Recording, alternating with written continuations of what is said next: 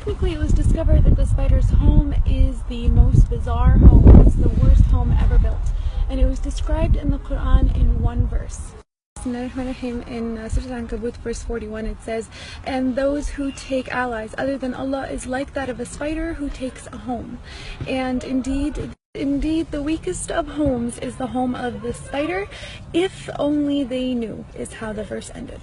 SubhanAllah, people always knew the physical weakness and the flimsiness of the spider's home, but only in this era were they able to make the connection and comprehend the moral and the spiritual weakness of the spider's home.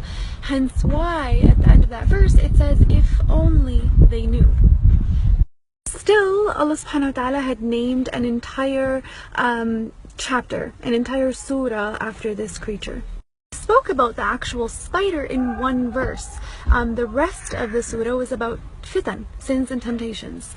Literally, the second verse in Surah Al-Ankabut says, "Bismillahirrahmanirrahim," and do people think they're going to say, "We believe," but they're not going to be tempted or tested or tried? Technically, what's the connection between sins and temptations and the spider's home and the spider's web? Why was that connection made in the Quran? If we actually ponder into it a little bit, we'll realize that the connection and the battle and the intertwinement of fitan and temptations is figuratively, it's like the spider's home, the spider's web.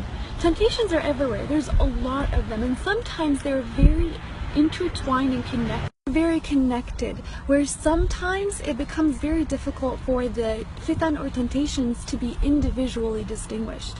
And that's why the comparison was there. A human who falls into the trap of temptation and sins is like a human who figuratively falls into a spider's web, technically. Here's the thing. If we decide to leave that trap through seeking our Lord with His power and our will, that trap becomes very weak. Just like the spider's web, it gets demolished with the touch of a finger. SubhanAllah, I just thought that connection in the Quran was very fascinating, very interesting. May Allah protect us from any fitan and temptations there.